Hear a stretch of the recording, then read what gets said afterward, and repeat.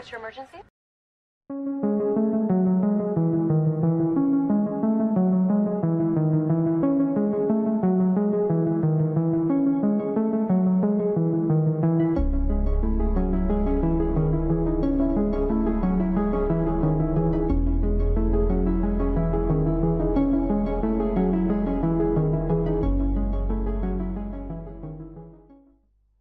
Hola amigos, espero que estén todos súper bien.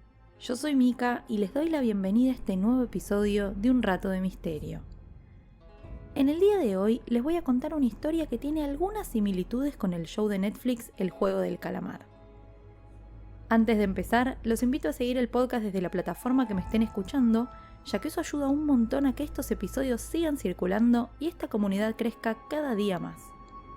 Ahora sí, una vez más y como siempre, los invito si quieren a buscar un té, un café, lo que les guste tomar, y empezamos con el caso.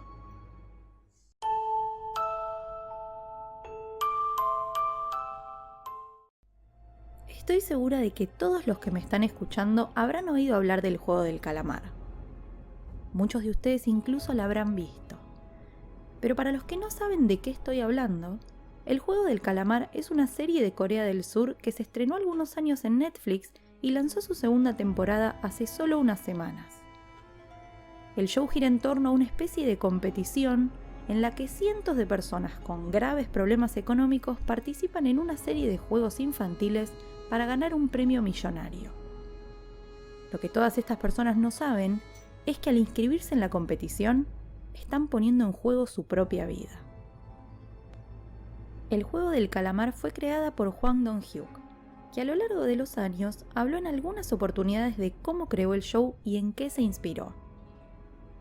Resulta que, allá por 2009, cuando él recién arrancaba en la industria cinematográfica, hubo una huelga en una fábrica de autos de Corea del Sur en la que muchos trabajadores se juntaron a protestar por una ola de despidos avalada por las políticas del momento.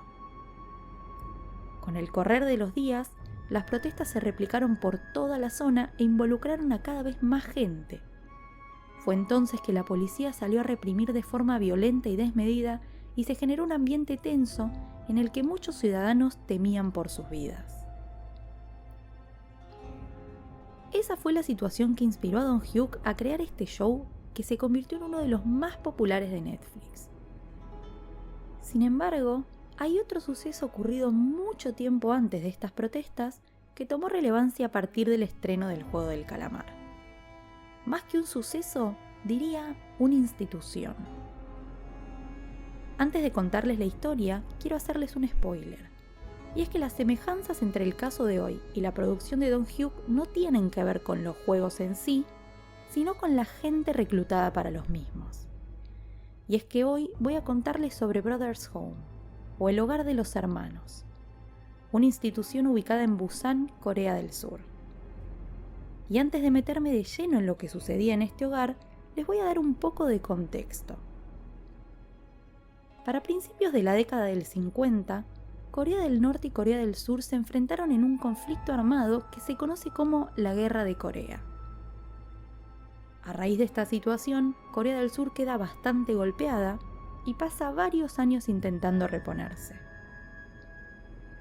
En el 61 hubo un golpe de estado en la nación y asume una junta militar liderada por Park Chung-hee, que tenía dos ideas en mente: encontrarle alojamiento a los jóvenes que quedaron huérfanos por la guerra y limpiar las calles de todos los que consideraban una mancha a la reputación de la nación.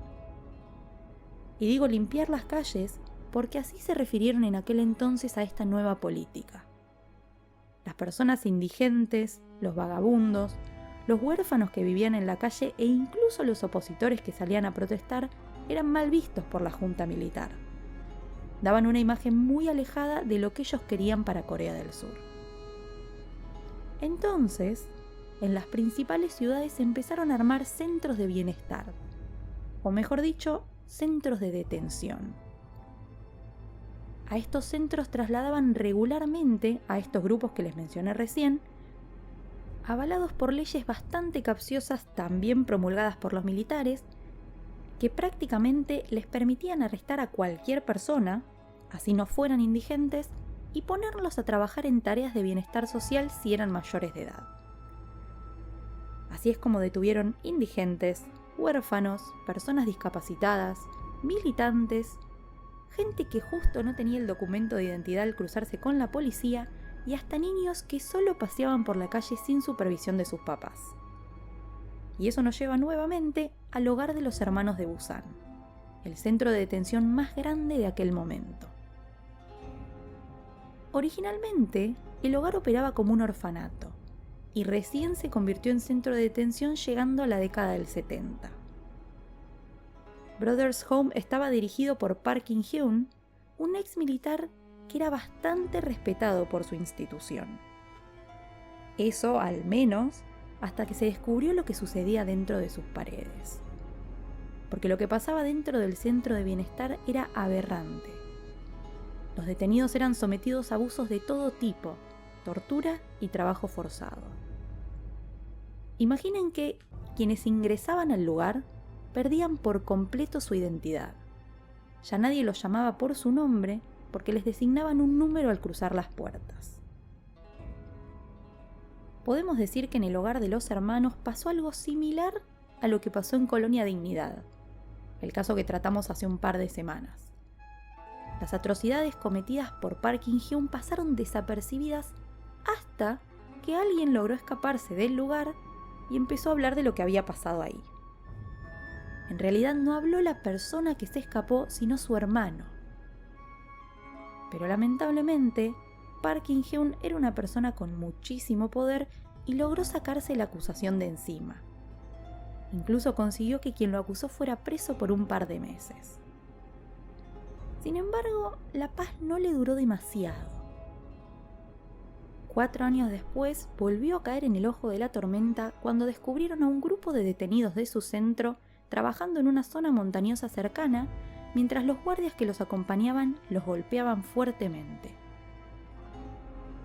Cuando el distrito de Ulsan se enteró de esto, levantó una investigación y entrevistó a decenas de personas, tanto trabajadores como detenidos del hogar. Así descubrió que la gran mayoría de ellos habían sido ingresados de forma ilegal, torturados, drogados, abusados sexualmente, sobre todo los menores de edad, y sometidos a trabajo forzado sin recibir remuneración de ningún tipo.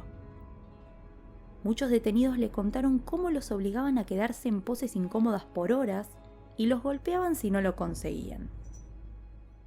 Incluso comentaron más de 50 casos que fueron asesinados a manos del director. Y no solo eso. Se descubrió también que Park In-hyun hizo muchísimo dinero vendiendo a algunos de los huérfanos del centro al extranjero. También vendió niños que tenían a sus padres vivos con documentación falsa, algo que salió a la luz muchísimos años después. Les dije recién que los detenidos del hogar contaron 50 casos de personas asesinadas. Bueno, con el correr de los años se descubrió que en realidad la cifra era muchísimo más alta. No murieron 50 detenidos, sino 657. ¿Y qué hicieron con los cuerpos? Algunos los quemaron, otros los enterraron en cementerios públicos y los que quedaban los vendieron a hospitales de la zona. ¿Cómo logró el hogar de los hermanos hacer todo esto sin despertar sospechas? Por un lado, como se imaginan, tenían contactos en el poder, y por el otro, una relación muy estrecha con la iglesia. Es más, parte de los trabajos forzados que hacían los detenidos eran en proyectos de la iglesia.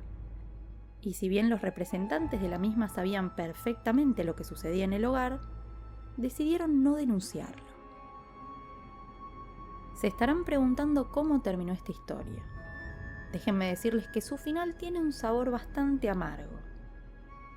El director del hogar de los hermanos solamente recibió una condena de 2 años y medio de cárcel por corrupción y malversación de fondos, y falleció por causas naturales en 2016.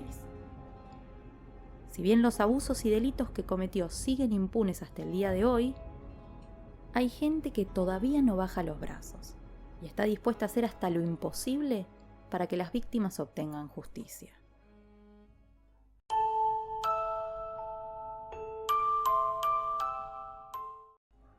Espero que les haya gustado este nuevo episodio del podcast y les agradezco por haber llegado hasta acá. Si quieren, pueden apoyar esta producción desde cafecito.app/Un Rato de Misterio y también suscribiéndose, dando like o compartiendo su episodio preferido con otras personas. Queridos amigos, eso ha sido todo por hoy. Les mando un beso grande y los despido. Hasta el próximo episodio.